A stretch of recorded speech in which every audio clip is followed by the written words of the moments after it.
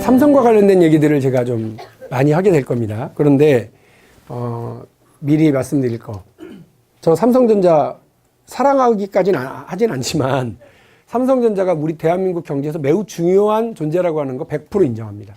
제가 몇 가지 통계를 말씀드리면 2016년 대한민국 GDP가 있을 거 아니에요. 그 GDP의 14.6%를 삼성전자가 자기 매출액 규모하고 똑같이 맞먹습니다. 대단한 회사죠. 그 혼자서 직간접 고용이 50만 명이랍니다. 그 고용 파생 효과가 엄청난 회사입니다. 이런 회사가 행여나 망하면 큰일 나는 거라고 저는 생각을 합니다. 일부 과격한 시민단체 활동가 분들하고 또 교수님들이 에이 삼성전자 망한다고 우리가 망하는가? 예, 망합니다. 제가 볼 때 제가 계산해 보니까 큰일 나겠더라고.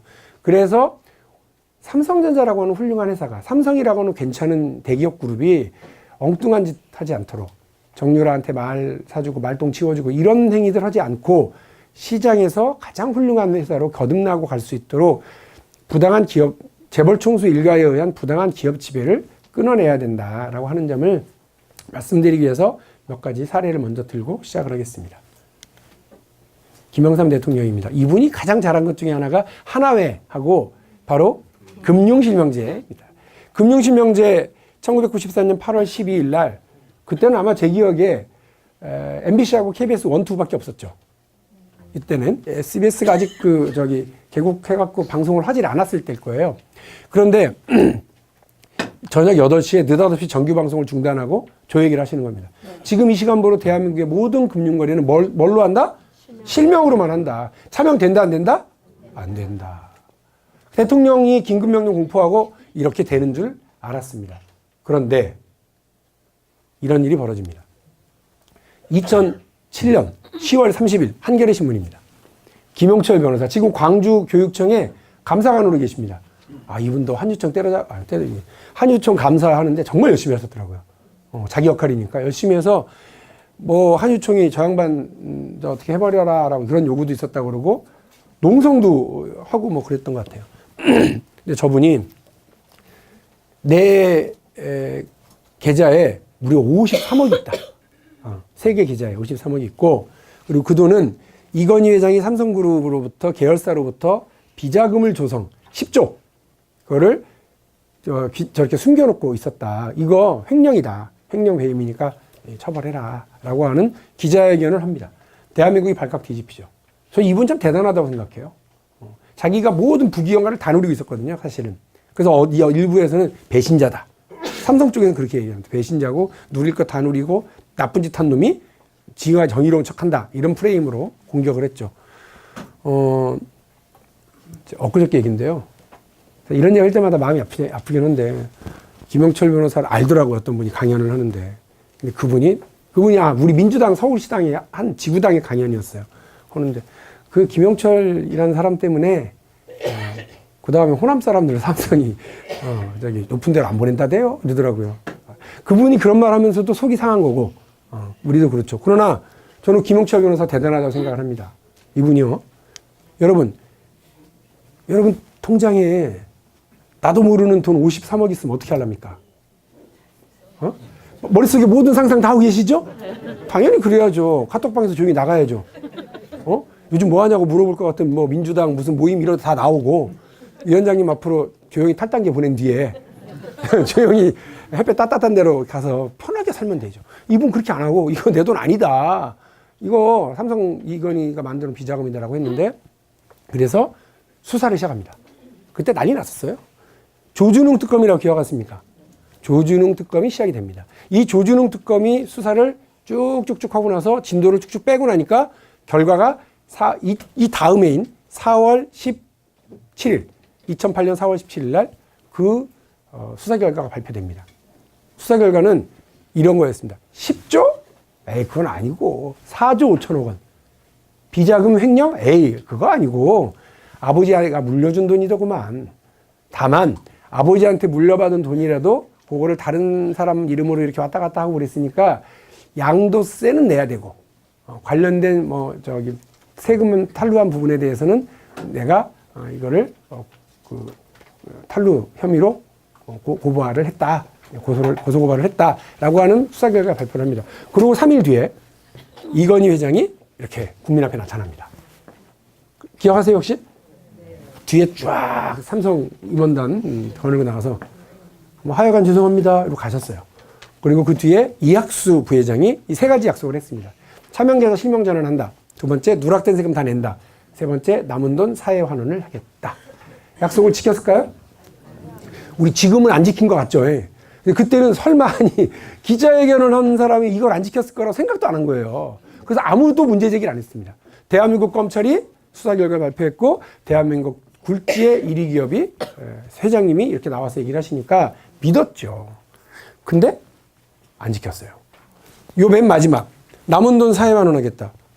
지난번 최순실 사건 때 국회에서 국정조사 특위 관련해서 청문회가 있었습니다. 그 재벌 회장들 다 나오고 있었는데 이재용 부회장한테 물어봤습니다.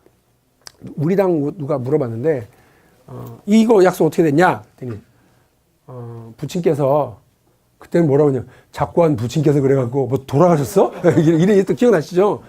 근데 그러니까 잠깐 수정하고 회장님께서 이거를 어떤 일에 써야 좋은 일에 쓸 건가 고민하다가 그렇게 쓰러지시는 바람에 아직 못했다는 거예요. 2008년에 약속해놓고 뭐 2016년까지 고민만 하셨던 거죠. 아쉬운 일입니다.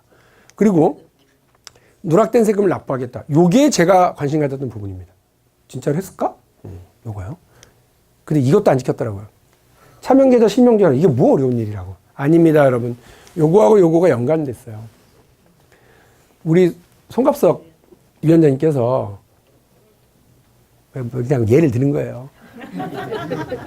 동상 이름 좀 빌려주시게 이래가지고 차명 계좌를 제 이름으로 만들어요. 그래갖고 돈을 거기다 또 솔찬히 넣어요. 그리고 둘이 이제 요거 아예 내 이름으로 바꾸자고 실명 전환한다라고 하는 얘기는 둘이 민증 들고 가갖고 은행 가서 요 돈은 내 돈이 아니에요. 요 돈은 내 돈이요를 서로 확인증 쓰고 도장 꽝꽝 찍고 관련된 세금을 일단 징수합니다. 금융당국이 먼저.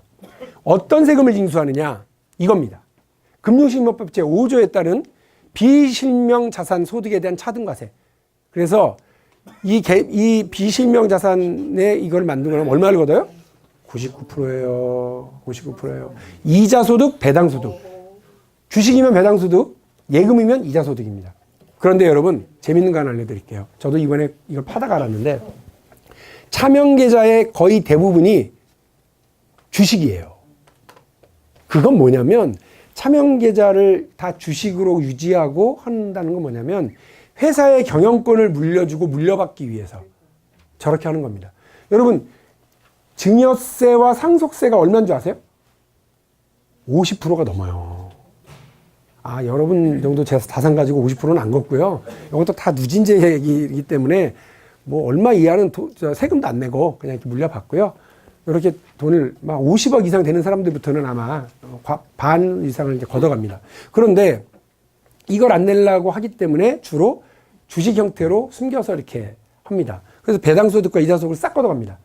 그래서 이 차명 계좌와 관련돼서 대통령이 이거를 발표할 때 두 가지를 얘기했습니다. 하나, 원금은 50%를 무조건 과징금으로 징수해 간다.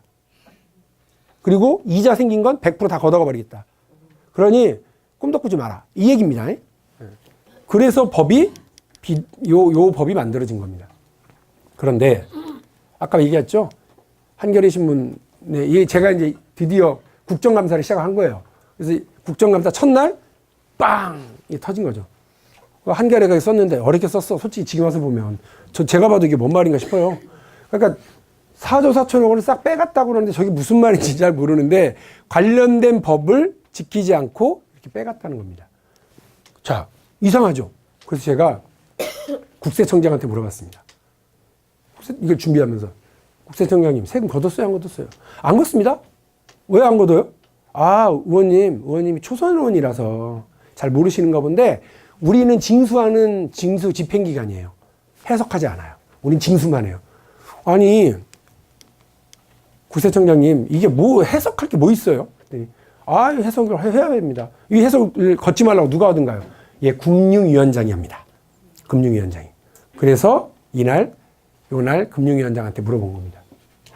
국세청장님한테 물어보니까 세금 걷지 말라고 했다면서요. 왜 그러셨어요? 그랬더니 뭐라고 그러느냐, 이분이.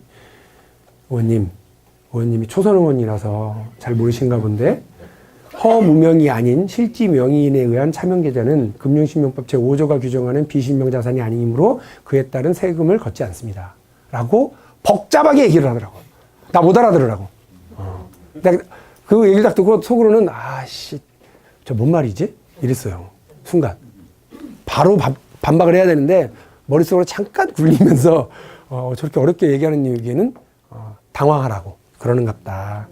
그래서 쉽게 얘기했죠. 마루치 아라치, 로버트 태권브이, 홍길동 장길산, 장하와 홍련, 혹은 뽀로로 이렇게 있지도 않은 허무명, 가짜 인물로 인한 계좌를 만드는 거면 문제가 되지만 송갑석 돈을 박용진 이름으로 차명계좌를 만들면 박용진이 살아있는 주민번호가 있는 사람이니까 금융실명법 위반이 아니라는 말씀이세요? 그랬더니 뭐라고 그래요? 네, 그러는 거예요. 이 얘기예요. 이게 그날 있었던 대화예요. 이 얘기를 듣고 나서 머릿속이 하얘지더라고. 아, 저렇게 뻔뻔하게 나오면 어떻게 해야 되나. 왜냐하면 의원님도 잘 아시겠고 의원님들도 아시지만 여기 광주시 이외에도 질의하거나 이럴 때 시간 쪼깍쪼깍 잽니까? 몇 분 이내? 때가 있고 앉을 때가 있습니다. 무조건 잽니다. 국회는. 그래서 7분 이내에 저 얘기를 해서 다 파헤쳐서 업어치고 세금 걷기로 해야 되는데 7분 이내 안 되죠. 이 양반들은 24년 동안 자기들이 이걸 유지했다는 거예요. 이 해석을. 그러나 제가 씩씩거리고 그 제 질의 다 끝내고 나서 부은을 참지 못하고 이러고 있는데 암만 생각해도 그럴 리가 없어요. 대한민국 행정고시 보는 사람들 중에서요. 제일로 똑똑한 사람들이 가는 데가 어디예요? 금융위원회입니다. 기재부예요. 그래서 자기들끼리 잘 먹고 잘 살고 이렇게 밀어주고 땡겨주고 하기 때문에 기재부 마피아, 재경부 마피아, 그래서 모피아라고 부릅니다. 그 잘나고 똑똑한 양반들이 대한민국 대통령중에 스스로 건강만 있으면 됐지 머리 좋아서 뭐하냐고 얘기하셨다는 김영삼 대통령도 알아듣도록 쉽게 설명하신 얘기를 못 알아들었으려고. 그럴 리가 없죠. 그래서 다 뒤졌어요. 2주 동안 대한민국에서 그동안 은행권에다가 금융실명법과 관련해서 금융위원회가 내려보냈던 온갖 유권 해석과 지시사항을 다 뒤졌어요. 있어. 찾았어요. 많이 찾았어요. 바보들이 아니잖아. 그래가지고 자기들은 그 실명 전환 및 실명제 유지와 관련된 실명 확인 의무를 은행원들한테 쪼아갖고 시키고 그거 제대로 지키지 않으면 싸그리 다 처벌해 놓고서는 자기들은 엿따위로 지금 얘기를 했다는 거예요. 그래서 붙었죠. 세게 붙어갖고 그로부터 2주 뒤에 종합국감을 하는데 항복을 합니다. 그런데 그 사이에 중요한 게 있었어요. 제가 뭐 열심히 뒤지고 찾은 것도 있지만 사실 좀 비겁하지만 청와대 쫓아갔었습니다. 지금 와서 드리는 말씀인데 그때 이걸 알려줬으면 뭐 시끌시끌했을 거라서 청와대 쫓아가서 지금 중국 대사로 가 있는 장하성 실장 만나갖고 이게 말이 됩니까? 엿다이 얘기를 합니다. 우리 정부에서. 그랬더니 자기는 잘 모르겠는데 과징금 관련해서는 한번 법제처 유권 해석을 맡겨봅시다. 그리고 세금 문제 왜 안 걷었냐 요 문제 관련해서는 박용진 의원이 찾아온 요것도 있고 그러니까 우리가 검토 한번 해봅시다. 라고 독대를 했어요. 여러분 독대 효과. 송갑석 의원님이 이제 뭐 내년 좀 있다가 다시 또 지방선거를 한단 말이에요. 송갑석 위원장님이 공천과 관련해서 막 당대 민감할 때 조용히 어떤 사람 한 명만 만나서 몰래 얘기해요. 그 소문 그렇게 나겠어요. 저 양반을 받았는갑네. 소문 참 나잖아요. 둘이 만나갖고 어제 술 잘 들어갔어요. 이런 얘기 서로 물어보기 끝난 건데 바깥에 소문은 파다하게 이상하게 나거든요. 그 효과를 제가 누렸다니까. 둘이 만나고 있는 걸 금융위원회에서 파견온 공무원들이 바깥에서 다 보고 있었던 거예요. 청와대에. 몰라 안 해. 그렇게 생각하고 있어요. 찍으니까 영 부담되네. 근데 그랬을 것으로 생각을 합니다. 그리고 나중에 금융위원회 쪽에서 박용진 의원님의 해석과 관련해서 협의할 생각이 있습니다. 이래가지고 만나갔고요. 10월 30일 날 교리문답을 합니다. 앞으로는 교리문답의 핵심은 이런 겁니다. 앞으로는 박용진 의원님의 해석이 맞고 그래서 앞으로는 허무명이 아닌 실지명의인에 의한 차명 계좌라 할지라도 금융실명법 제5조 위반으로 하고 세금을 걷겠습니다. 라고 그렇게 한 거죠. 그거는 우리 정부니까 가능했다고 저는 봐요. 더불어민주당이기 때문에 지난 25년간 거꾸로 세워져 있었던 금융실명법을 바로 세울 수 있었다. 저는 그렇게 생각합니다. 그래서 열심히 그 법이 바뀌었으니까, 해석이 바뀌었으니까 바로 법 집행을 해서 세금을 걷어야 될 거 아니에요. 근데 세금의 과세 기간은 얼마예요? 5년이에요. 그리고 사기 및 부정한 방법에 의해서 그걸 속이면 10년이에요. 그런데 이 사실이 알려진 게 2007년이고 검찰 수사로 확인된 게 2008년 4월 17일이니까 제가 이거를 확인받은 게 2017년 10월 30일이거든요. 해석을 바꿨으니까 앞으로 몇 달? 11월, 12월, 1월, 2월, 3월, 5개월 뒤면 세금을 거둘 수 있는 기간이 끝나버리는 거예요.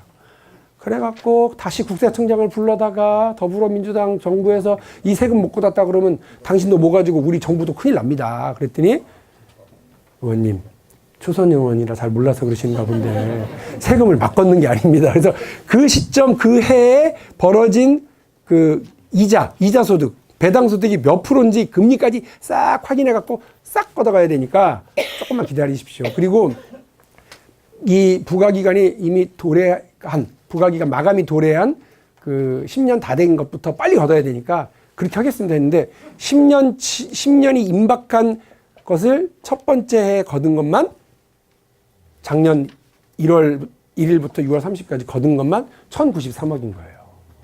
올해도 지금 걷고 있어요. 올해 6월 30일까지 또 걷겠답니다.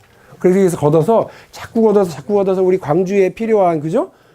특별 교부세가 자꾸 내려가야 되지 않겠어요? 네. 아, 감사합니다.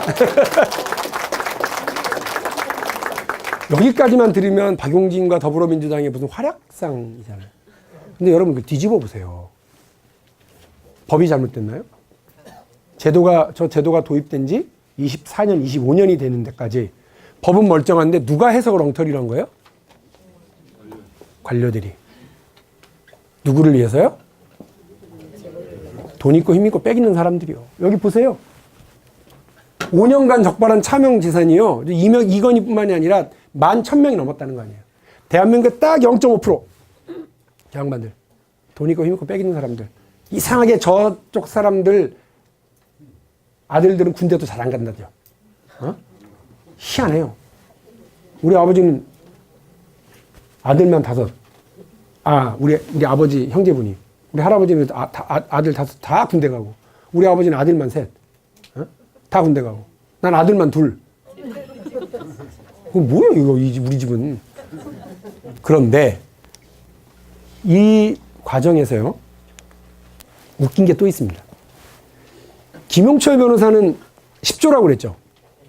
자기가 대충 통밥 때려온 것도 10조래요. 그런데 4조 5천억 원이라고 그러죠. 그런데 여러분 검색해 보세요. 나중에 이건희 그다음에 경찰청 이건희 경찰청 한남동 자택 아마 이렇게 검색해 보면 또 나올 거예요. 경찰이 4천억 원의 새로운 차명 계좌를 발견했는데 그것도 이번에 삼성이 뭐라고 해명을 했느냐. 물려받은 거다. 물려받은 돈은 얼마나 됐는데 지금 아직 계속 이렇게 나오는 거예요. 두 번째, 상속받은 거라고 그랬잖아요. 상속받으면 여러분 상속 언제 받아요? 돌아가시면 사망 직후 곧바로 그 즉시 상속되는 거로 인정을 합니다.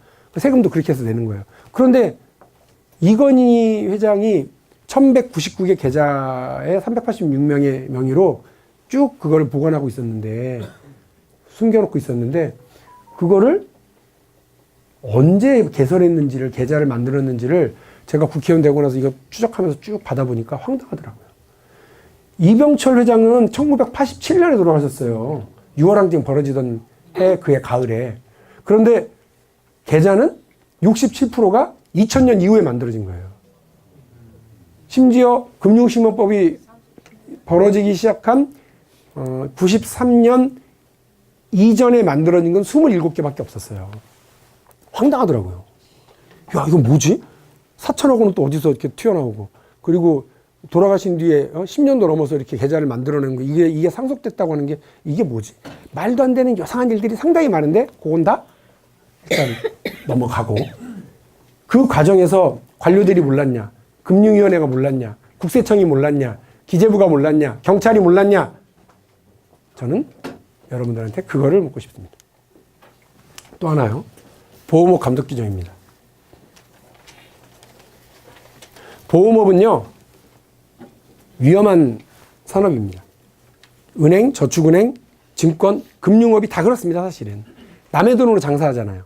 여러분 돈 모아갖고 그걸 가지고 다른 분한테 투자하거나 대출을 해줘서 이자나 이득을 받아갖고 운영을 하고 여러분들에게 그걸 배당을 해주거나 보험금으로 돌려드리는 그런 구조입니다. 그런데 이 보험업을 운영하는 사람, 은행업을 운영하는 사람이 일을 엉뚱하게 해요. 내가 친하다고 막 갖다 빌려줘 버리고 이러면 그러다가 그 회사가 망하면 같이 망하는 겁니다. 저축은행 사태, 특히 동양증권 사태 이런 거에서 우리가 봤습니다. 막 빌려주다가 이미 그러지 말아라 라고 규정이 있는데 규정을 위반하고 몰래 하다가 그런 일들이 벌어졌던 거죠. 그런데 보험업에는 그래서요 이렇게 있습니다.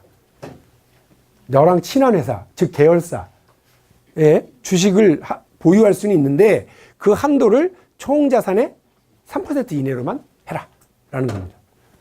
자, 아주 간단한 거 그냥 네 하고 대답하시면 돼요. 그 삼성생명은 보험회사죠? 네. 삼성생명과 삼성전자는 계열사죠? 네. 그러면 삼성생명은 삼성전자 주식을 보유하는데 삼성생명 총 자산의 3% 이상으로 보유를 하고 매입을 하면 법 위반이죠? 네. 오케이. 그러면 이것만 알면 돼요, 우리는. 삼성생명의 총 자산은 얼마냐? 그것만 알면 됩니다. 한번 들으셨으니까 기억나시는가요? 안 나요. 자신있게 내가 그래서 했던 얘기를 또 하고 있는 거예요. 기억 안 나실 줄 알고. 첼로 열심히 듣더만 그때도 까먹으실 줄 알았어요. 삼성, 여러분, 요 약간 개념 달라요. 삼성생명의 시가총액이라고도 얘기합니다. 시가총액은 뭐예요? 삼성이 시장에서 얼마에 팔릴 거냐. 삼성 전체 가격이 얼마냐. 요건 시가총액이라고 합니다. 그 회사 가격. 그거는 24조 정도 돼요. 24조.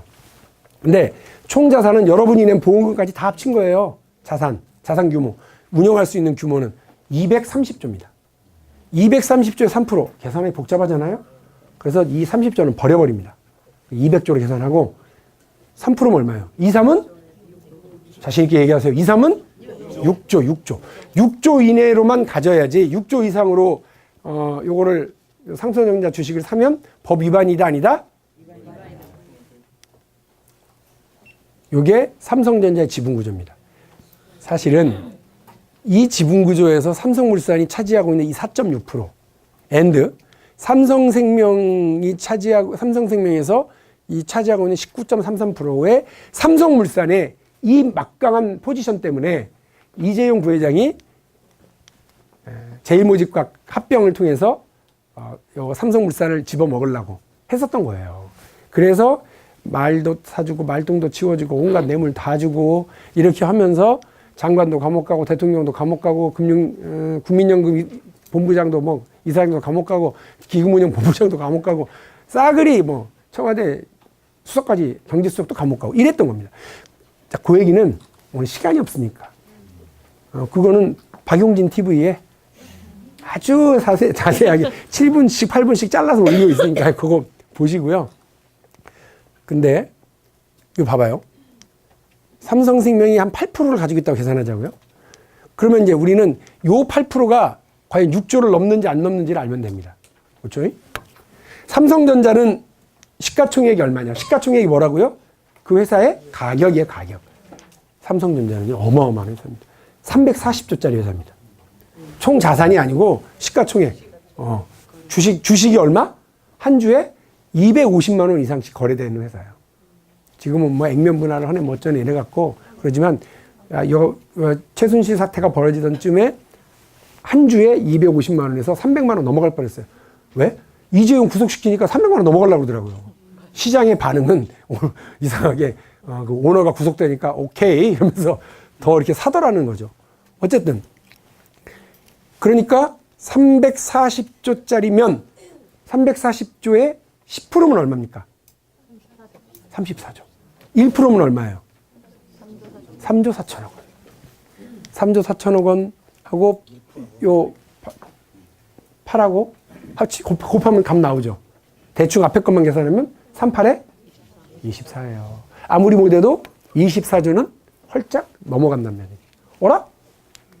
법은 이런데 현실은 이래? 이게 뭐지? 법을 이렇게 어겨도 돼?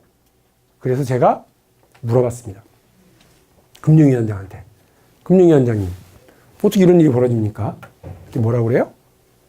의원님이 초선 의원이라 잘 몰라서 그러나 본데 이 금융업 중에서 보험업은 아주 위험한 그래서 보수적으로 운영을 해야 됩니다. 그래서 저희가 이 법을 적용하는데 이렇게 했습니다. 여러분, 규정이라고 있습니다. 규정. 이 규정은 옛날에 제가 초등학교 때 사귀었던 여자 이름이 한규정이에요. 그런 규정 말고 이 규정은 맨 위에 뭐가 있을까? 우리나라 법책의 맨 위에 헌법. 그 다음이 일반 법률. 그 다음이 시행령. 대통령과 국무위원들이 결정하죠. 그 다음에 이 규정은 장관이 해요. 장관이. 규칙 혹은 규정이라는 이름으로 해요. 요 규정, 장관이 만든 규정으로 이랬대요. 그것도 막 혹시나 우리가 쉽게 찾을까봐 별표 11이야. 그러고 또 3호야. 제3호. 이렇게 두꺼운 규정집에 쭉 구석에 찌깐하게 써놓은 거죠. 그걸 찾았어요. 우리 보좌관이. 찾아갖고 보니까 요 3%를 넘어서는 되네 안 되네 하는 그 규정을 계산할 때 시장에서의 거래되는 가격 말고 취득했을 때 원가로 하라는 거예요. 이게 무슨 말이냐. 2016년 기준 시장 가격은 250만 원에서 300만 원을 오르락내리락 하고 있는 삼성전자 한 주의 가격을 삼성생명이 삼성전자를 사던 1988년 가격으로 계산하라는 거예요. 그게 얼마예요? 5만 원. 5만 원. 나쁜 놈들인 거예요, 여러분. 아니, 뭐 나한테 큰 손해가 없지? 큰 손해 없는데 뭘? 안 그래요, 여러분? 우리 국민들에게도 손해가 있습니다. 삼성생명이 삼성전자를 주당 5만 원에 살 때 그때 그 돈은 누구 돈이에요? 그렇죠. 보험 가입자 여러분들 국민들 돈인데 그 1990년 이전에는요. 보험 가입을 하신 분들의 계약이 주로 뭐가 많았냐면 유배당 계약이 많았어요. 유배당. 배당이 있다는 거예요. 그래서 여러분이 내는 보험료를 가지고 저희가 투자를 하고 대출을 해서 이익이 생기면 그 이익을 실현시켜 드리겠습니다. 그게 계약서에 나와요. 아직도 그 살아계신 분이 20만 명이 넘어요. 그분들한테 삼성전자 주식 5만 원에 사서 250만 원이라고 하는 50배 이상의 이득을 받는데 그거를 돌려드렸을까요? 안 돌려드렸을까요? 안 돌려드립니다. 왜? 삼성이 삼성전자를 장악하는데 삼성이 말을 잘못했습니다. 이건희 일가가 삼성을 장악하는데 고객 돈을 동원해서 삼성생명이 그 8.13%를 유지하도록 하는데 너무 중요한 일을 하고 있거든요. 팔아서 고객들의 이익을 실현시켜 주는 게 아니라 삼성전자를 지배하는데 그 돈을 동원해서 그냥 가지고만 있는 거예요. 이게 맞나요? 그래서 이거 이렇게 그 보험업 감독 규정으로 혜택을 보는 기업이 삼성생명 하나냐? 어떻게 이럴 수가 있냐? 뭐 그랬더니 삼성 화재가 또 있다면서 자기는 뭐 아무렇지도 않은 듯이 얘기를 하더라고요. 말이 안 되는 겁니다. 그러니까 이런 일이 어떻게 해서 벌어진지, 이게 삼성에서만 벌어질까? 더 우리가 황당하게 생각해야 될 건 두 가지예요. 첫 번째, 이 증여세를 여러분 기업이 냅니까? 개인이 내는 거예요. 그러니까 저는 저렇게 꼼수를 부려갖고요. 기업이 이득을 받고 그 이득으로 주주들이 배당금을 좀 더 가져가고 그 이득을 노동자들이 조금 더 가져가고 그리고 그 이득을 하청업체들이 좀 더 가져가고 이랬다면 아유 뭐 봐줍시다. 갑석 형님이 마무리 뭐라고 좀 봐줘 그냥 이렇게 할 거예요. 뭐야 이게 지금 제품이나 상품이나 그게 그거라뇨? 제일로 똑똑한 사람들이 기재부 사람들이 저렇게 얘기를 하는 건 말이 안 되는 거예요. 우리 있잖아요. 국회에서 법안 심사 막 하잖아요. 국회의원들도 열심히 여야 간에 저거 혹시 누구 봐주려고 그러는 건가 하면서 여야 간에 신경전 엄청 벌이고요. 국회 전문위원들 배석해서 하나하나 다 따지고요. 이게 되는지 안 되는지. 그리고 보좌관들도 뭐 들어와서 다 하고요. 담당 공무원들 다 들어와서 합니다. 차관까지 들어와서 싹 다 점검하고 막판에 가면 뭐예요? 기재부가 이게 되네 안 되네 다 일일이 간섭합니다. 그런 기재부가 아무렇지도 않다는 듯이 저렇게 얘기를 해요? 저거는 정말 나쁜 짓인 거라고 저는 봐요. 저러면 안 되는 거거든요. 사용하지 않은 주식, 가족회사 이런 거를 동원해서 회사 전체의 가장 핵심적인 기업을 장악하고 그걸로 전체 그룹을 장악한다. 요게 삼성이 1996년 에버랜드 전환사채로부터 스타트해서 지금까지 와서 삼성 바이오로직스를 이용해서 뻥튀기 분식회계를 하고 그렇게 해서 삼성 바이오로직스를 자회사로 거느리고 있는 제일모직. 이건 이재용 부회장이 가장 많은 주식을 가지고 있는 제일모직의 가치를 뻥튀기 시키고 그걸로 세상에 제일모직이 삼성물산보다 3배나 큰 회사로 해서 합병을 시켰던 일. 그렇게 해서 여기까지 온 거예요. 1996년부터 2016년 요때까지. 대단한 일이죠. 이게 저렇게 멀리 보고 한다니까요. 우리가 뭐 쉽게 봐서는 안 됩니다.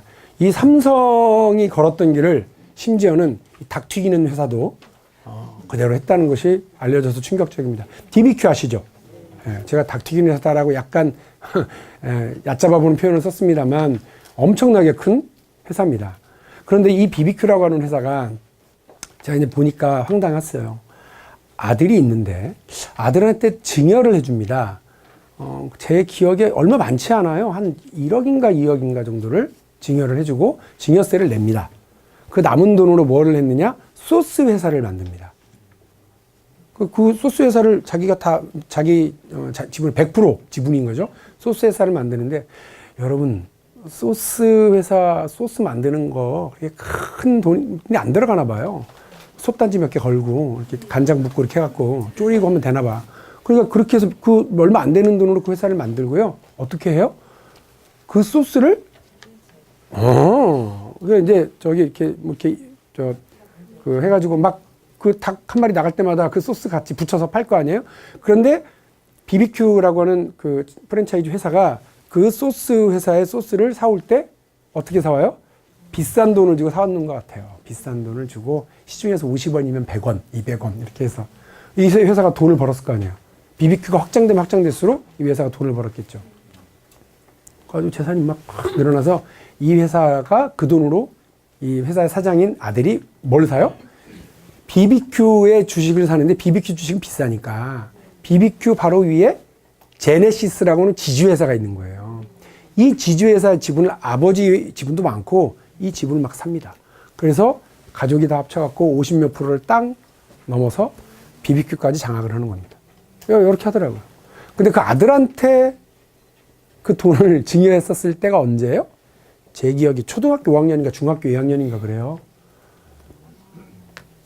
뭐 삼성이 한 걸 그대로 해가지고 켜더라고요.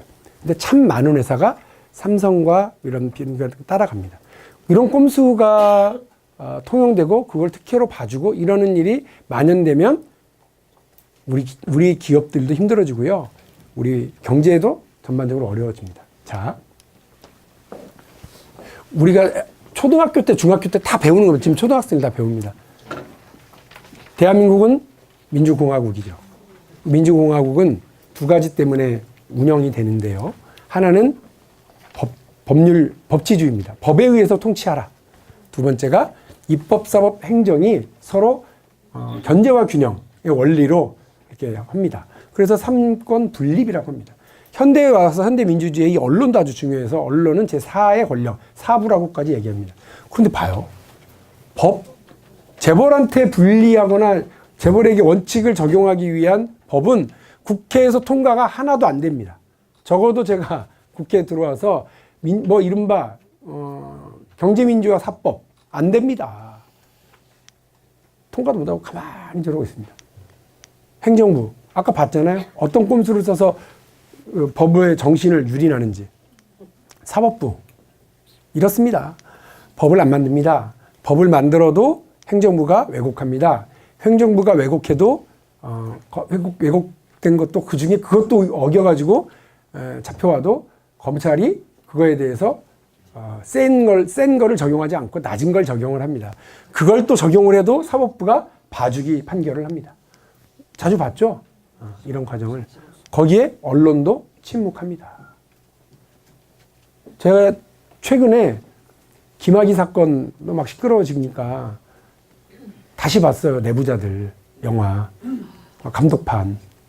나는 뭐 스토리가 좀 다른가 했더니 그 별장 성접대 장면만 좀 세게 다시 이렇게 감독판에 넣었더라고요. 근데 거기서 충격적인 게 그거 이거 그대로 해줘요. 어? 정치인 대통령 후보 와서 앉아있죠. 비정규직 법은 걱정하지 마라 라고 그 배우 이름이 뭐죠? 이경영. 걱정하지 마라. 그거 뭐 나쁜 놈의 자식들 말이야. 응? 거기가 무슨 자동차 회사예요. 현대자동차를 이렇게 빗댔던 것 같은데. 그리고 뭐 검찰 내부에서도 야 묻으라니까 자식아 뭐 이렇게 하고 나오고 언론도 뭐 다 같이 가는 그런 거를 영화에서 보여주는데 실제로 뭐 대한민국의 한 단면인 것 같더라고요. 더 무서운 거. 장충기라고 있습니다. 삼성의 그 대관 업무를 담당하는 그 회사가 이른바 미래전략실입니다. 거기 사장이 장충기 씨입니다. 옛날에는 뭐 구조조정본부 비서실 이렇게 했던 데죠. 그분이 이번에 특검에서 압수해가지고 핸드폰을 열어보니까 해괴한 문자가 나왔고 그걸 뉴스타파가 보도한 내용입니다. 이분은요 언론사의 상무입니다. 조봉래 씨라고요. 근데 이분이 장충기 사장을 뭐라고 부르고 있습니까? 선배님. 천박한 기사는 다루지 않는 게 맞아요. 오히려 정치적 위기 때마다 뉴스타파와 디스패치가 왜 저런 센세이션한 기사를 내놓는지 그 배우가 더 의심스러우니까 혹시 그 배우의 손갑석이 있는지 확인이 되거든 알려주면 내가 그거를 보도하겠다 라고 하는 나름 배려와 충성입니다. 여기서 말하는 천박한 기사가 뭐냐? 이건희 회장의 성매매 의혹 동영상입니다. 황당하죠. 아니 그 가수 정준영의 그 동영상 처벌 대상 승리 성매매 관련 그거 처벌 대상 김학의 관련 처벌 대상 그런데 왜 이분은 처벌 대상도 기사 대상도 안 되는 거예요? 대한민국이 왜 이러죠? 이분은 검찰총장 하셨던 분입니다. 이분이 이 대감 담당 사장님 뭐라고 불러요? 자네. 조그만 방송사 기자를 하고 있는 딸이 있는가 봐요. 그 딸이 무언가 새로운 길을 열어보려고 인도에 가고 싶은가 봐요. 몇 년간 공부할 수 오면 좋겠는데 부적격자가 아니라면 같은 조건이라면 가급적이면 홍모모를 인도로 갈 수 있도록 좀 도와달라라고 하는 인사청탁입니다. 여기서 홍모모가 누군 것 같으세요? 홍모모. 사위. 그래서 이렇게 묶어서 같이 내보내려고.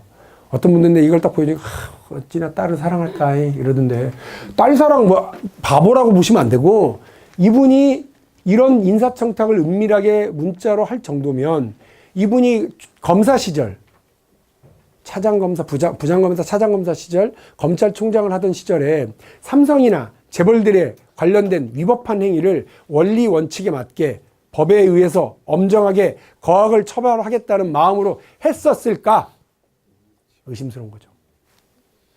기재부 장관, 대한민국 470조 예산을 총괄하고 미주알, 고주알 모든 법안에 이건 된다 안 된다 앞에서 하고 있는 그 양반입니다. 송갑석 의원님이 어쨌든 광주 발전을 위해서 예산이라도 좀 이렇게 가져오려고 그러면 의원님과 안 됩니다. 이 사업은 뭐 예타가 안 되고 이건 뭐가 안 되고 하는 그 장관, 하시던 양반 이명박 때 이 양반이 형님이라고 부릅니다. 형님. 저렴하죠, 너무. 골프 부킹 이거 좀 부탁하는 거예요. 1박 2일 뭐 이거 진짜 자기 돈으로 해도 되잖아요. 돈도 많으신 분인데 왜 이렇게 하시는지 모르겠더라고요. 그런데 이 양반이 형님 골프 부킹 좀 해줘. 그러면 삼성 쪽에서는 어이 동상 이것 좀 해주시게 라고 안 했을까? 그러는 사이에 우리 혈세나 이런 것들이 낭비되진 않았을까? 걱정스럽다는 거죠. 이게 제가 가장 보고서 팍팍 웃었던 겁니다. 이분은 무슨 일보의 사장님이세요. 언론사 사장님. 오랜만에 집에 일찍 들어가셨던 모양이죠, 이분이. 선배라고 불러요. 선배가 보내주신 꽃과 와인으로 와이프하고 향기로운 시간을 가지고 있다는 거예요. 좋아요. 좋은데 이 꽃과 와인도 자기 돈으로 하면 되죠. 이런 걸 서로 주고받으니까 중요한 문제는 보도를 안 하는 겁니다. 제가 삼성 바이오로직스와 관련해서 그 작년 11월에 내부 문건 공개를 했습니다. 분식회계가 맞다. 내부 고발자가 준 거거든요. 그거 잘못 갔다가는 삼성으로부터 업무방해 혹은 뭐 기밀 유출 이런 거 걸릴 거고, 또 관련된 사람들에게 우리 돌아가신 노회찬 의원이 걸렸던 것처럼 명예훼손. 근데 걸려가지고요, 그 배지를 뜯길 수도 있는 상황인데도 불구하고, 그래서 쉬쉬하고 있다가 이거 봐라, 저거를 분식회가 아닌 걸로 판단 낼 수 있겠네 해서 그냥 전격 공개를 할 때 여기 계신 분들보다 많이 왔어요, 기자들이. 정론관 옆에 그 복도에 줄을 서서 받아가더라고요, 그거를. 그 다음날 보도? 3군데밖에 안 했어요. 한겨레, 경향, 한국일보. 나머지는 안 해. 오히려 뭘 보도했는지 알아요? 내가 기가 막혀갖고, 그 다음날. 이재용 부회장이 마이크로소프트의 CEO를 만났대요. 그 전날 만난 게 아니고 며칠 전에 만난 걸 그날 보도하더라고요. 나중에 이미애 비서관님, 그것도 이렇게 하나 스크랩 해놔요. 근데 증거를 보여주려야 돼. 너무 황당하잖아요. 어떻게 그 문건 받아간 사람들은 그렇게 많은데 보도는 3군데밖에 안 하고 엉뚱한 걸 보더라고요. 와인 받아먹고 그러시는 거라고 생각하고 싶지 않은데 그렇더라고요. 왜 이럴까요? 삼성으로 간 고위공직자만 지난 10년 동안 181건입니다. 어디가? 경찰청, 검찰청, 국세청, 그리고 외교부, 국정원, 대통령실, 금융위원회, 공정거래위원회입니다. 뭐 하는 데입니까? 시장에서 우리 사회에서 반칙하면 호루라기 불고 반칙하지 말아라고 심판 보는 사람들이 바로 이 사람들입니다. 월급 누가 줘요? 우리 국민들 세금으로 주고 저희까지 키워온 겁니다. 그런데 국장하고 과장하고 높은 지위에 있다가 떡하니 저 그룹으로 갈 때 저 재벌 대기업들이 뭘 바랬겠어요? 로비하라는 거예요. 우리 같은 저 국세청에서 일하던 선배가 삼성으로 갔어요. 그러면 후배들이 무슨 생각하겠습니까? 나도 갈 수 있겠구나. 그러니까 알아서 조금 거기 신경 써야 되겠네? 혹은 그 선배가 이번에 그건 좀 빼주지? 라고 전화 왔을 때 예 형님, 선배님 이렇게 하면 어떡 해요? 그런 영향을 많이 받거든요. 그러니까 공정거래위원회에서 김상조 위원장이 공정거래위원장 되고 나서 오비들 만나지 마라 딱 막아놨잖아요. 그러나 그거는 회사에 있을 때 출입 못하게 막은 거지, 토요일 일요일 날 누가 잡습니까? 발 달린 짐승을. 그리고 보통 30년 같이 살았다니까요. 한솥밥 먹었다니까. 그 전화하고 이 국장, 그 작은 애가 이번에 군대 간다며? 예. 큰딸은 다음 주에 시집 갑니다. 그래, 이 사람과 연락을 해야지. 내가 그러면 찾아갈게. 이러는 관계라니까요. 아까 잠깐 보셨잖아요. 재벌 2세들의 지분율이 큰 회사일수록 매출에서 내부 거래 비중이 더 심화됩니다. 이렇게 되면 점점 더 우리 사회가 재벌들에 의해서 시장 경제가 재벌들에 의해서 통제되거나 영향력이 더 커지고, 일감 몰아주기로 누군가가 35조의 이익을 가져가면 누군가는 그만큼 손해를 보고요. 누군가는 그만큼 그런 기회를 박탈당합니다. 이런 일이 비일비재합니다. 현재로서.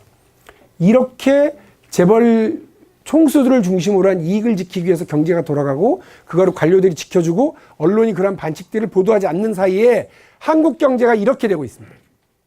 이거는요, 회사를 설립한 지 10년이 되지 않았는데 시장 가치, 시가총액이 무려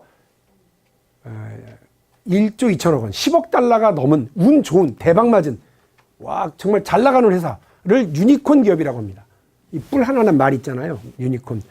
행운의 상징이죠. 대박 맞았다. 그런 회사들을 숫자를 파악을 해보니 미국 151, 중국 85, 대한민국 6개예요. 왜 이런 일이 벌어지느냐? 우리나라 언론에서는 미국에는 규제가 없어요. 중국도 규제가 없어 이렇게 얘기를 하는데 미국은 진짜 큰 규제가 있어요. 독점 규제예요. 미국은 1890년에 그때도 그 양반이 공화당 사람이라니까요. 셔먼법이라고요. 그 당시 공화당의 가장 대통령 후보까지 나가려고 했었던 사람이 바닥에서 막 그 반독점 투쟁이 막 벌어져요. 반재벌 투쟁이 벌어지고 시민사회와 노동자들이. 그러니까 그걸 받아서 이 양반이 그 법을 내서 통과가 됩니다. 1890년입니다. 우리나라 가보농민 전쟁 막 하고 그럴 때 법 통과됐다고요. 그리고 그 다음 대통령이 누가 됐냐면 시어더 루즈벨트라고 하는 사람이 됩니다. 이 시어더 루즈벨트는 그 약간 독특한 양반인데요. 군인 출신이에요. 스페인 전쟁에서 그 승리를 거둔 유명한 군인이고 뉴욕 주지사까지 하고 근데 이 양반이 막 그렇게 그 반재벌 투쟁에 앞장을 섭니다. 그러니까 공화당이 그때 되게 보수적인 정당인데 저 인기가 좋으니까 저 또라이 저거 저 대통령 시키기 뭐하고 부통령 후보로 앉혀서 민주당을 이겨야 되겠다는 계산을 하는 거죠. 그래서 대통령 후보는 완전히 친재벌적인 맥켄지 대통령이 후보가 되고 시어더 루즈벨트가 부통령 후보가 됩니다. 그런데 웃긴 게 아까 말씀하셨잖아요. 세상이 어찌 될는지 모른다고. 맥켄지 대통령이 암살이 돼버렸어요. 그래가지고 공화당 주류들은 저러면 안 되는데 야 너 부통령 사퇴 선거 다시 하게 싫어? 그리고 이 양반이 대통령이 돼갖고 시작한 게 이른바 북부증권연합과의 소송투쟁입니다. 그건 뭐냐면 셔먼법을 동원해가지고요. 재벌을 다 해체하기 시작해요. 철강, 증권, 철도 전부 다.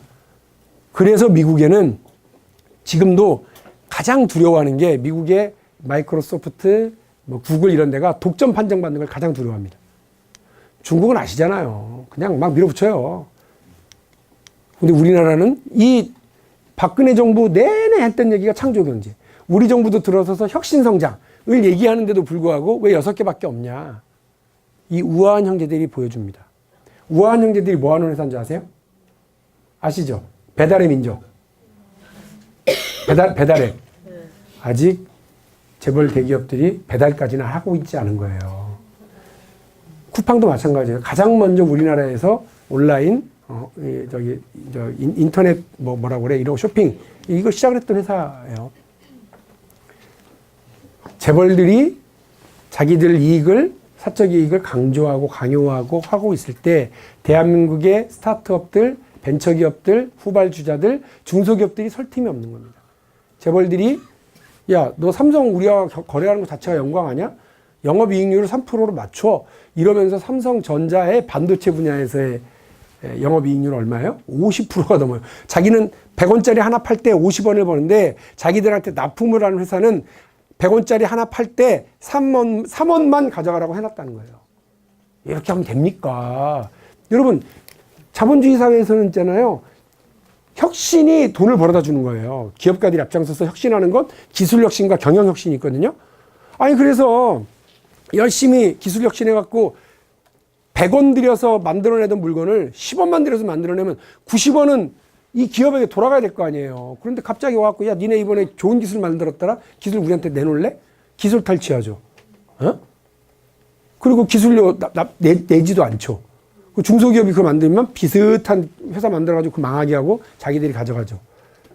그리고 영업이익률 3% 낮추라고 그러죠. 그러니 어떤 중소기업이 기술혁신과 경영혁신을 합니까? 재벌 대기업 과장님하고 골프 칠 생각을 하지. 과장님, 우리 납품만 그렇게 맞게 해주십시오. 진짜 큰일이라고 보거든요. 이런 구조 자체가. 게다가 이제 유니콘 기업으로 새로 들어갈 기업도 없대요. 저 6개가 다라는 거예요. 소비자들에게도 똑같은 이런 불이익을 가져다 줍니다. 여러분, 주말이 되면 아침에 빵 먹어야죠. 어디로 빵 사러 가세요? 주말에 쇼핑, 장 보러 갈 때 어디로 가세요?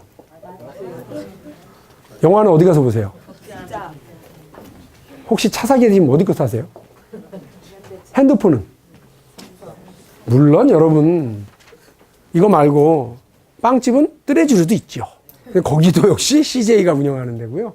이마트 말고 롯데마트도 있죠. CGV 말고도 롯데 시네마도 있고요. 그러나 내 돈 내고 내가 시장에서 선택하는 줄 알았는데 알고 보면 이렇게 선택폭이 좁습니다. 국한돼 있어요. 이런 거를 들여다보면 시장을 이미 이렇게 장악하고 있으면 어떤 일이 벌어지냐. 소비자를 왕으로 대접을 안 해요. 내가 이 얘기는 어디 가서 꼭 하는데 현대자동차 2018년 19년 금융위기 이후에요. 이명박 대통령이 엄청나게 밀어줬습니다. 환율도 엄청나게 이쪽 수출하는 회사들한테 유리하게 만들어줬어요. 그래서 우리는 생활 물가가 엄청 뛰고요. 다 좋아. 현대자동차가 시장 점유율이 70%가 넘었습니다. 현대자동차가 그런데 우리한테 어떤 짓을 했느냐면 확인된 것만 제가 국정감사에서 확인한 것만 같은 차종을요 미국에서는 우리보다 1,000만 원 더 싸게 팔았어요. 에어백 있죠? 차세대 가장 뛰어난 안전성을 확보하고 있는 에어백. 그게 좀 비쌀 거 아니에요? 미국에 수출하는 건 장착하고 한국에서는 한 세대 늦은 걸로 그걸 장착해서 팔았어요. 그걸 소비자들이 다 알아요. 제가 국정감사 때 뭘 갖고 현대자동차를 닦아댔느냐면 왜 똑같은 세타2 엔진을 장착을 했는데 미국에서는 세타2 엔진 리콜을 받아주고 해주고 안전성 때문에 위험이 생겼다고 대한민국 소비자들한테 리콜을 왜 안 해줍니까? 그게 국정감사장에서 뭐라 그래요? 저한테? 이 인간도 똑같이 얘기하더라니까. 의원님이 초선이라서 잘 몰라서 그러는 모양인데 미국 엘라바마 공장에서 만드는 그 자동차는 엘라바마 공장을 만든 지 얼마 안 됐다는 거예요. 먼지가 많더래. 그래서 엔진 만들 때 먼지가 들어가서 불량이 많고 한국 아산 공장에서 만든 건 먼지가 없대요. 이게 말이에요? 뭐예요? 화가 나더라고요. 그리고 결국은 1년 뒤에 리콜 해줬어요. 그러니까 3년 동안 한국 소비자들은 뭐예요, 그거? 이러니까 지금 현대자동차 창립 이래 처음으로 영업이익 마이너스라며요. 저는 스스로 만들어낸 자업자득이라고 봐요. 저 사드 때문에 힘들다고요? 혁신하지도 않고 엉뚱하게 강남에 있는 한전부지를 왜 사? 10조나 주고 엉뚱한 짓 한 거죠. 더 웃긴 것도 삼성은요 말이 길어지겠는데 이것도 다 검색해 보세요. 삼성전자 자사주 그리고 소각 이렇게만 검색 이 세 가지로 검색에 나오면 삼성전자가 아버지가 돌아가시기 이전 3년 동안은 자사주를 단 한 주도 사지 않다가 아버지가 쓰러지고 나서 2015년 1조 7천억 원, 2016년 7조, 그 다음에 한 5조 이렇게 막 사갔고요. 무려 40조치의 자사주를 전체 비율로 따지면 4% 정도의 비율을 어마어마한 40몇 조짜리 자사주를 가지고 있었어요. 왜? 그걸로 인적 분할을 하게 되면 자사주가 의결권이 없다가 의결권이 살아나는 황당한 일이 벌어지거든요. 이게 우리 법의 구멍이에요. 이 구멍 메꾸자고 하는데 지금도 법이 통과가 안 되고 있어요. 제가 그 법을 낸 게 2016년인데. 그러니까 누가 그러더라고요. 야, 10조 들여서 현대자동차는 땅이라도 샀지. 삼성은 그 40조 다 소각해버렸어요. 지금은. 소각이라고 하는 건 그냥 허공에 날려버린 거예요. 돈 40조를. 모르겠어요. 무슨 짓을 하는 건지. 오늘 조양호 회장이 별세했다는 보도 보셨죠? 그 조양호 회장의 별세 소식을 전하는 대한항공에는 뭐냐면 검찰이 죽인 거다. 거의 이런 뉘앙스였어요. 얼마나 이 양반 건강이 안 좋은데 수사하고 조사하고 구속영장 청구하고 그랬냐 이런 거였어요. 돌아가신 분이니까 애도의 말씀을 드리고 명복을 빕니다. 그런데 한 가지 제가 궁금한 게 있더라고요. 조양호 회장님이 얼마 전에 주주총회에서 사내이사로 다시 대표이사를 다시 하시겠다고 주총에서 대결했잖아요. 그럼 숙한으로 돌아가셨다니까 그때 이미 경영 운영 상태가 없다는 걸 주변 사람들이 알았지 않았을까요? 그럼 너무하는 거 아니에요? 건강 상태가 그렇게 안 좋으신 분을 굳이 회사 운영을 할 수 있다고 참여하도록 그렇게 하자고 주장하는 건 그 회사가 내 거라고 생각하지 않는 한 있을 수 없다고 해요. 동네 전방도 아니고. 난 참 이해가 안 됩니다. 그 큰 회사를. 땅콩 회항, 물컵 갑질 이런 것 때문에 이 총수 일가가 회사에 끼친 악영향이 정말 많아요. 가장 심각한 거는 이 진에어가, 자회사인 진에어가 면허가 취소될 뻔했어요. 우리나라 항공법에는 외국인은 이사가 될 수 없는데 조현민 둘째 딸이죠. 그 양반이 이사로 참여하고 있었대요. 근데 너무 웃긴 건 저런 일이 벌어지고 있다가 물컵 갑질로 대한민국이 난리가 나니까 그때서야 우리 국토부가 어머나 이분이 외국인이네 이랬다는 거예요. 말이 됩니까 여러분? 처음에 그거 허가 받고 서류 받을 때 외국인인지 대한민국 사람인지 몰라요? 그래서 내가 국회에서 그렇게 했어요. 국토부 장관한테 똑바로 들으시라고. 오죽하면 시중에 국토부 자동차과, 현대자동차 출장소, 국토부 항공과, 대한항공 출장소라는 소문이 있습니다. 똑바로 들으세요. 얼마나 봐주기 하시는 겁니까? 국회 대정부 질문에 나와요. 근데 그렇게 막 시원하게 얘기해봐 소용없더라고요. 나 혼자 알아봐 의미 없더라니까요. 여러분들하고 지금 눈 마주치고 이 얘기를 하는 이유는 같이 하자는 얘기입니다. 천만다행 정권이 바뀌었어요. 천만다행인 겁니다. 만일에 있잖아요. 우리 정부가 문재인 정부가 스튜어드십 코드 도입, 국민연금이 그 수탁자들, 가입자들의 이익을 지키기 위해서 행동하겠다라고 하는 방침을 내지 않았으면 이런 역사적인 일이 벌어지지 않고 돌아가신 조양호 회장님이 그냥 전혀 이 경영하실 수 없는 상태인데도 불구하고 다시 대한항공의 이사로, 대표이사로 올라가셨을 뻔했습니다. 저는 그게 무슨 의미가 있는 건지 모르겠어요. 대한항공이 그렇게 만만한 회사예요? 지금 운영 상태가 별로 안 좋은 걸로 제가 알고 있는데요. 저는 문재인 정부가 이건희 차명계좌와 이 스튜어드십 코드 도입으로 재벌 개혁에 뭔가 의미 있는 일들을 만들어내고 있는 건 맞다. 금호아시아나.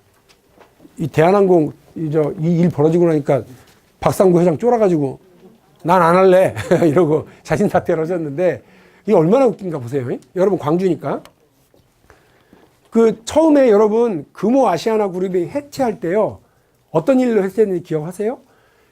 금호건설이 자기보다 이따시만하게 큰 대우건설을 낼름 먹어버린 거예요. 새우가 고래 삼켰다고 그랬어요. 그래가 꽝 하고 넘어지고 그러면서 연대보증을 썼었던 아시아나니 금호타이어니 이렇게 금호고속이 다 넘어가 버린 겁니다. 그래서 줄줄이 부도가 됐고요. 그래 해체가 됐어요. 곳곳에 뿔뿔이. 그런데 다시 경영복귀를 박상구 회장이 하면서 금호 고속, 금호버스라고 그러든가? 금호산업, 금호개발, 산업개발, 거기가 건설회사죠. 거기하고 버스를 이제 장악을 하고 그 다음 가져오고 싶었던 데가 어디냐면 금호타이어예요. 광주에 있는. 애착이 대단하더라고. 근데 광주의 금호타이어는 여러분 누구한테 넘어가 있었느냐면 최대 주주가 산업은행, 우리 대한민국 국책은행이에요. 여기가 쥐고 있었는데 제가 그땐 정무위에 있었거든요. 그래서 왜 안 넘기고 그렇게 안 믿으세요? 그랬더니 의원님 말도 마시라고 산업은행에서 그 양반 경영 능력 못 믿습니다. 그거 또 큰일 납니다. 자기 돈도 없으면서 저걸 가져가려고 또 그래요. 이러더라고요. 그래서 내건 조건이 있대요. 3천억 현금 동원 능력 있어. 은행 대출 받는 거 말고 당신 돈 있어요? 그랬더니 박상구 회장이 어떤 일을 저질렀느냐. 있죠? 이러면서 아시아나 항공에 멀쩡하게 기내식을 잘 납품하고 있었던 하청업체에 3천억만 투자하지? 그랬다는 거예요. 이 보도 내용입니다. 그러니까 우리 도시락 배달하는 업체인데 3천억이 어디 있습니까? 이러면서 못한다고 그랬더니 계약 업체가 바뀌어 버렸어요. 어디로? 중국 자본으로. 그래갖고 이름이 뭐더라? 좀 복잡하던데. 여기구나. 뒤로 가야 되는구나. 그 납품업체가요. LSG인가? 이렇게. 그 회사로 넘어가고 그 회사가 또 하청을 준 거예요. 그래서 그 도시락을 납품하려고 공장을 짓고 있다가 그 공장에 불이 나버린 거예요. 세상 일이 어떻게 돌아가는지 몰라요. 그래서 공장에 불이 나서 기내식 납품 대란이 벌어지고요. 그 납품하기로 했던 하청업체 사장은 자살해버리고요. 그 감당이 안 되니까 이런 일이 벌어졌습니다. 근데 이때 이 말도 안 되는 계약 업체 변경, 그냥 금호타이어 내 거니까 다시 가져와야 된다라는 생각 때문에, 그 판단 때문에 이런 겁니다. 이번에 아시아나 경영상태 그 외부 감사인에 의해서 감사를 받아보니까 엉망이더라는 거 아니에요. 처음에 판정 나왔어요. 그리고 제가 듣기로는, 제가 알고 있는 사람 들어볼 때는 그서버려야 되는데 듣지는 못하고 차마 엄격하게, 이번에 법이 바뀌었거든요. 그래서 아주 엄격하게 이렇게 해보니까 이거 위험하다. 860 몇 프로 아니에요? 부채 비율이 거의 1000% 가까워진 거예요, 이제. 그 위험한 아시아나를 만들어 놓고 전격 퇴직은 한 거죠. 이런 일들이 벌어진 겁니다. 자, 이제 감사합니다예요. 그런데 여러분들한테 부탁드리고 싶은 게 있습니다. 문재인 정부가 들어서서 그나마 조금씩 달라지는 것은 있습니다. 그러나 우리 정부가, 문재인 정부가 이른바 촛불혁명으로 등장하게 됐다고 하는 건, 문재인 대통령도 여러분들 그걸 의미를 잘 알고 있다고 말씀하셨습니다. 촛불혁명은 왜 벌어졌습니까? 우리가 뽑은 권력, 우리가 위임한 권력인 대통령과 우리 행정부가 재벌들에 의해서 포획됐다는 거 아니에요. 뇌물 주고받았잖아요. 모든 재벌 행장들이 다 그렇게 했잖아요. 그 뇌물을 받고 민원을 풀어주고, 이게 마치 자기들의 사적 권력인 것처럼 운용을 하다가 이 꼴을 만들었으니, 이 정경유착이라는 걸 다시는 있어서는 안 되겠다. 지난 70년 동안 대한민국, 그래 근사하게 괜찮은 나라야. 그런데 그 70년 동안 경제 발전을 하기 위해서 하지 말아야 되는 것들에 대한 어두운 그런 적폐들이 쌓여 있어. 이런 일은 다 드러내고 제도적으로 새로운 나라. 그래서 잘 달려온 자동차지만 닦고 기름치고 조이자. 이렇게 해서 또 다른 100년을 갈 수 있도록 하자라고 하는 것이 촛불혁명에서의 우리 국민들, 시민들의 요구사항입니다. 재벌개혁 핵심 주제라고 저는 생각을 합니다.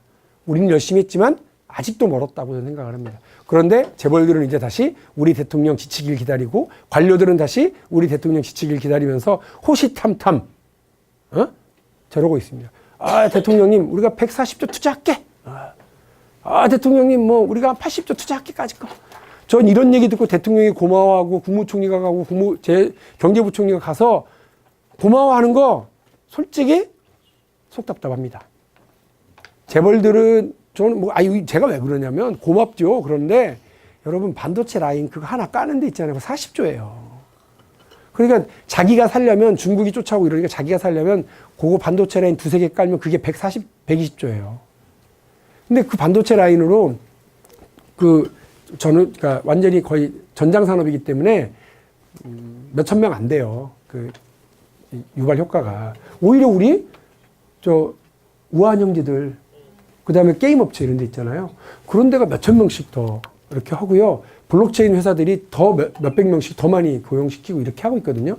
이제 우리의 시선은 4차 산업혁명으로 가야 되고, 우리의 시선은 재벌들 때문에 기회를 얻지 못하고 있는 청년들과 재벌들 때문에 기회를 얻고 있지 못하는 스타트업체들, 중소기업들에게 더 많은 배려를 하기 위해서 노력을 해야 됩니다.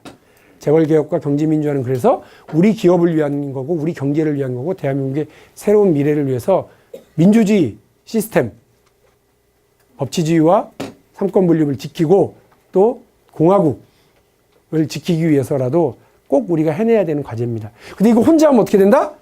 혼자 조용히 묻힌다. 너는 왜 그렇게 나대니? 이런 얘기만 듣고 끝난다. 여러분들이 해주셔야 될 거, 제가 말씀드린 것처럼 제가 혹시 문자 보내면 공유하고, 박용진 TV 구독하고, 거기서 나오는 것들은 또 그것도 공유하고, 자꾸 퍼뜨려 주세요. 어려워서 이걸 어떻게 공유하는 건 그냥 몰라도 공유하셔도 돼요.